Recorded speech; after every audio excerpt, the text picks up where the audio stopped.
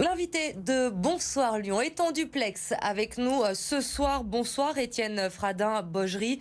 Vous êtes le secrétaire départemental du Secours populaire du Rhône. Alors vous rentrez tout juste de la frontière ukrainienne avec deux autres membres du Secours populaire. Vous étiez côté polonais. Là, on le sait, où la grande majorité des Ukrainiens se réfugient depuis le début de la guerre. Qu'avez-vous fait là-bas? Quelle était votre mission? Bonjour.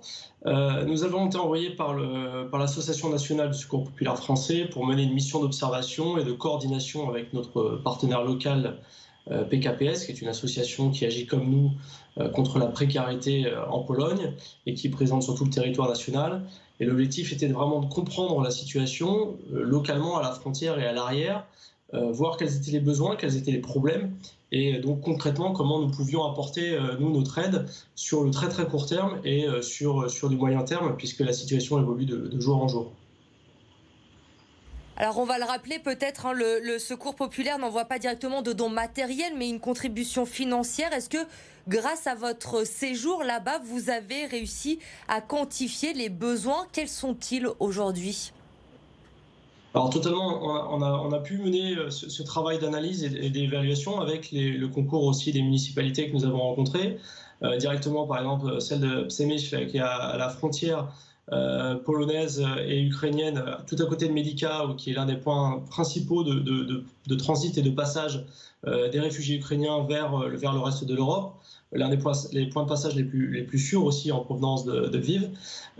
Et donc on a pu visiter les centres de réfugiés, voir exactement quels étaient les problèmes matériels, financiers aussi et d'organisation qu'ils avaient pour pouvoir derrière très concrètement apporter une aide dans un programme de mise à l'abri des personnes sur la zone de transit frontalière, puisque les personnes ne restent pas là-bas, elles vont y rester simplement quelques heures, quelques jours au maximum si elles ne savaient pas où aller, avant d'être orientées derrière vers le reste de l'Europe ou vers des centres, on va dire, d'hébergement de quelques semaines avant qu'on leur trouve une solution pérenne. Que ressort-il des échanges que vous avez pu avoir sur place avec, vous le disiez, les différents maires, mais également ces réfugiés? Que vous disent-ils aujourd'hui? De quoi ont-ils besoin? Alors, les besoins sont extrêmement variables hein, d'un endroit à un autre.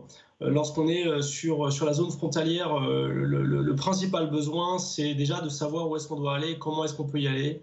Les personnes sont vraiment en transit, elles ne peuvent pas rester à la frontière. On parle de 10 à 20 000 personnes qui passent par point de transit chaque jour. Donc derrière, il faut pouvoir les envoyer vers Berlin, vers Prague, vers Cracovie, vers Varsovie. Et ces personnes-là, elles ont déjà besoin de se reposer quelques heures, puisqu'elles ont attendu de nombreuses heures à la frontière, de l'autre côté de la frontière, et dans le froid, potentiellement la nuit, avec les enfants, avec la crainte de savoir ce qui allait advenir pour elles. Et puis donc là, c'est se reposer, reprendre des forces avant de continuer le périple. Et après, à l'arrière, ça va plutôt être des besoins qui vont être, là encore, de poser les valises et de savoir où les poser et comment attendre dans des conditions très convenables pour la suite. Donc, sur la zone frontalière, comme on est en transit, on va être vraiment sur des installations très sommaires, mais qui doivent être totalement dignes, saines aussi, puisqu'on a un gros besoin, naturellement, quand vous avez des centaines de personnes en un seul lieu éphémère. Il faut des douches, il faut pouvoir nettoyer l'ensemble des lieux, il faut pouvoir s'y nourrir, être au chaud.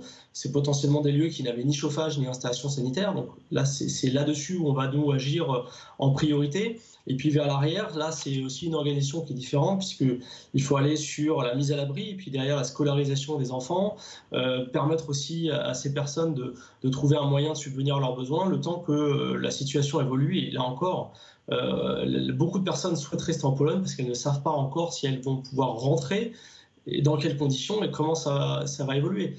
Beaucoup de personnes attendent aussi que leurs hommes les rejoignent.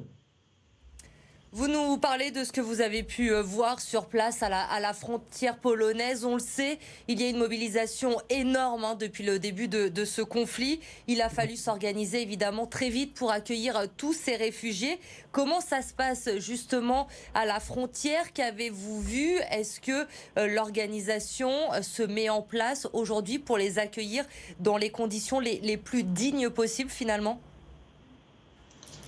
À la frontière, ça ressemble à un chaos organisé, j'ai envie de dire, puisque la première perception quand on arrive, effectivement, c'est celle du chaos. Vous avez des centaines de personnes qui attendent là, dans le froid, debout, avec de la neige, avec des enfants. On est vraiment impressionné par cet afflux et par le fait que les personnes sont un peu partout, qu'il n'y a pas vraiment de file totalement organisée.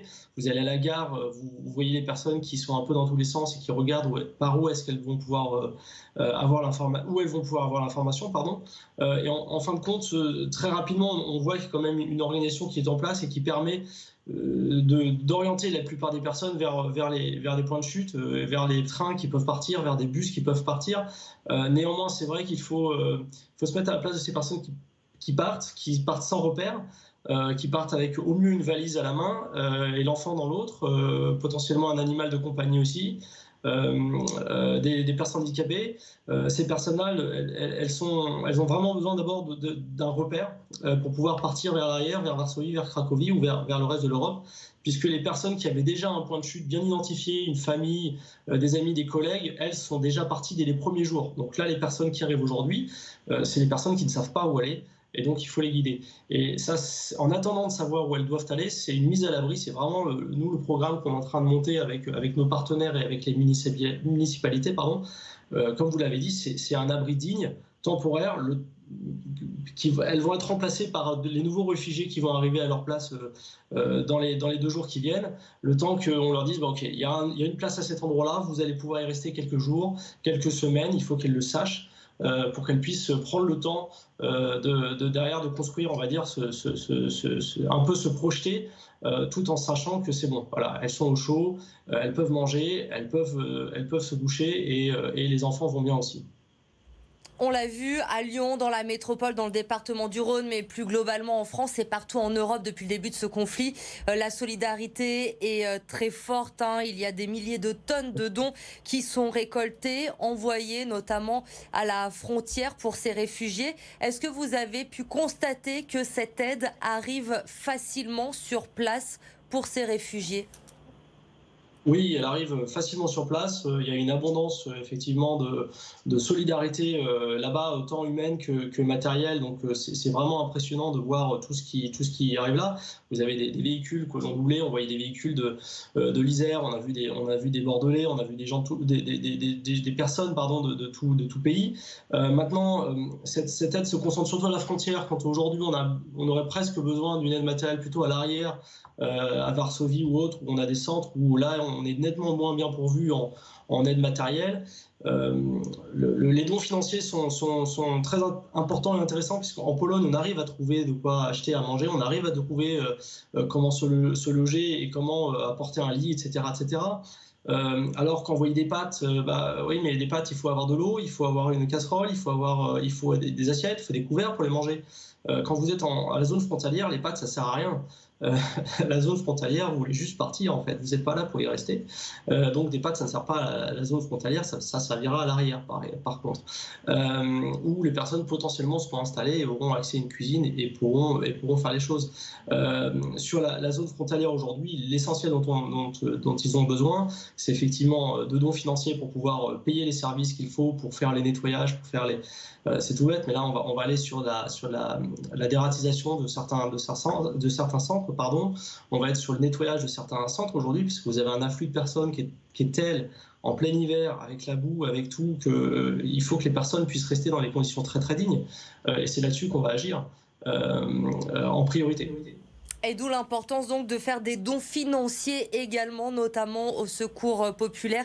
Merci beaucoup Étienne Fradin-Baugerie d'avoir témoigné ce soir, de nous avoir raconté ce que vous avez pu vivre lors de votre séjour donc à la frontière entre la Pologne et l'Ukraine. Merci à vous d'avoir été notre invité.